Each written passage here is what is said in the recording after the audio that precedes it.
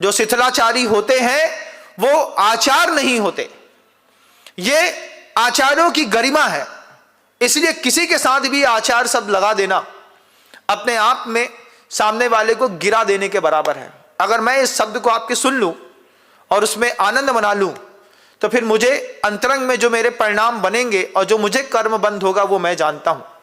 इसलिए जब कभी भी कोई मेरे नाम के साथ आचार लगाता है, मैं सबसे पहले टोकता हूं कि भैया मैं एक सामान्य मुनि हूं, मैं आचार्य नहीं हूं। क्योंकि आचार्य शिथिलाचारी नहीं होते।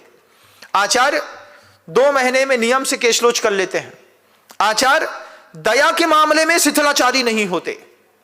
आप इस बात को समझिएगा कि मान लो दया धर्म की परिभाषा जो हमारे जैन शासन में लिखी गई है, उसकी पहली मर्यादा है, जैनियों में दया की शुरुआत पानी छानने से हुई कि पानी छानने में जो दया नहीं दिखाता वो कभी भी दयालु नहीं हो सकता।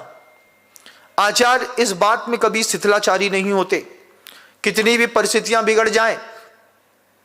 आचार्य जी को मैंने देखा, उन्होंने हमेशा कुएं के पानी के लिए संबोधन दिया।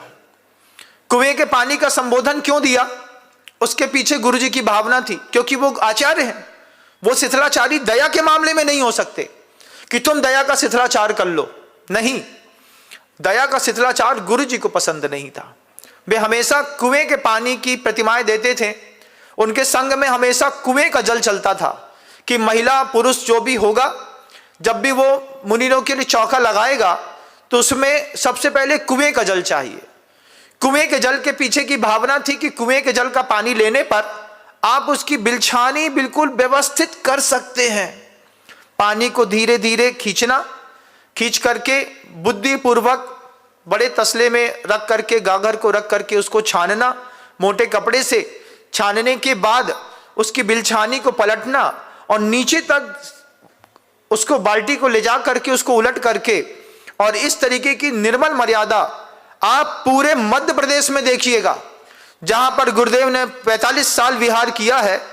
पूरे मध्य प्रदेश में जब कभी भी कहीं भी किसी भी मोहल्ले में 8:30-9 बजे भी कोई गुरु पहुंचे तो छने पानी, कुएं के छने पानी और मर्यादा के साथ उनके घरों में चौका आधे घंटे में तैयार मिलता है, क्योंकि उनका वहां पर प्रभाव जबरदस्त रहा। आचार्य कभी शिथिलाचारी नहीं होते बंधुओं।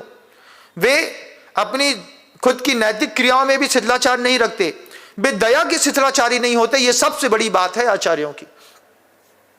अगर मान लीजिए आप कुएं का पानी उपयोग नहीं करते हैं, बोरिंग कर लेते हैं, तो बोरिंग की भी मर्यादा होती है।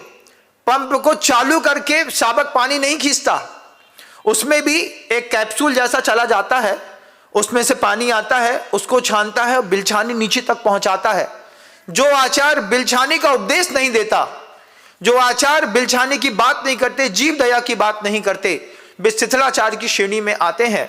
इस बात को आप लोग कुछ जानते तो है नहीं, बस सब जितने भी आए सबकी जय जयकार है। लेकिन आपको जानना होगा, क्योंकि किसी भी साधु के साथ जब आप आचार्य शब्द को लगाते हैं तो उसका जीवन का एक सौंदर्य देख लीजिए। आचार्य का सबसे महान गुण है वे शिथिलाचारी नहीं होते, ना वे अपने क्रियाओं में शिथिलाचार करते हैं। आचार्य रात्रि गमन नहीं करते। आप इस बात को समझिएगा, सूर्य के प्रकाश में ही उनका पद विहार होता है।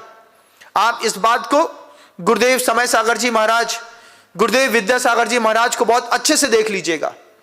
जब तक बाहर 4 हाथ देखने की भूमि का प्रकाश सुबह नहीं हुआ, उन्होंने कभी भी एक कदम अपने पाटे से नीचे उतार करके नहीं निकाला। शाम के समय गुरुदेव भरी गर्मी में 2:30 बजे निकलते थे। हम लोग कहते थे कि 8 किलोमीटर चलना है तो 2:30 बजे क्यों जा रहे हैं। आचार्यों का एक क्या गुण होता है, वे 2:30 बजे दोपहर में विहार करते, छाता नहीं लगवाते, तो उग्र तपस्या का भी उनके जीवन में प्रभाव बढ़ता। वो कहते थे गुरुदेव हमेशा, हम शिखर के ऊपर बैठ करके तो सूरज का ताप नहीं सह सकते, कम से कम चलते चलते तो सूरज की गर्मी सह करके थोड़ी तपस्या तो कर ही सकते हैं। ये क्या गजब का गुरुजी की सोच। 2:30 बजे चलते, 4:30 पौने 5 पर आचार्य से जाकर के अपने स्पॉट पे 7-8 किलोमीटर 9 किलोमीटर चल के बैठ जाते। एक दिन पूछा गुरुजी से कि गुरुदेव 4:30 बजे भी चलते अगर आप, तो आप आराम से 5:45 बजे तक यहां पर आकर के पहुंच जाते। आचार्य बोलते हैं मैं तो पहुंच जाता 5:45 पे, लेकिन मेरे साथ जो लोग चल रहे हैं उनको जो रात्रि भोजन का दोष लगता, वो सारा का सारा रात्रि भोजन मेरे मत्थे डाल दिया जाता। मैं इस तरीके का शिथिलाचार कर नहीं सकता। धूप सह सकता हूं, लेकिन रात के अंधेरे में पहुंच करके, अगर मान लीजिए कोई संघ पहुंच रहा है रात के अंधेरे में और बिल्कुल डीम लाइट में पहुंचा, उनके साथ 20 लोग हैं, 15 लोग हैं, अब वो भोजन करेंगे कि नहीं करेंगे? करेंगे। अंतव का तो समय था, लेकिन अब वो अपने आप को समझाएगा श्रावक कि अरे भैया, अपन तो महाराज जी के साथ थे, अपन तो धर्म ही कर रहे थे, अब भूख लगी है, खा लो, नहीं तो जिंदा ना रहोगे। खा लिया, आपने रात्रि भोजन किया, उसका पाप किसको लगा? इधर लगा। आचार्य क्रियाओं में कभी भी शिथिलाचार नहीं रखते, किसी भी चीज में। उनका ब्रह्मचर्य अपने आप में विश्व प्रसिद्ध होता है।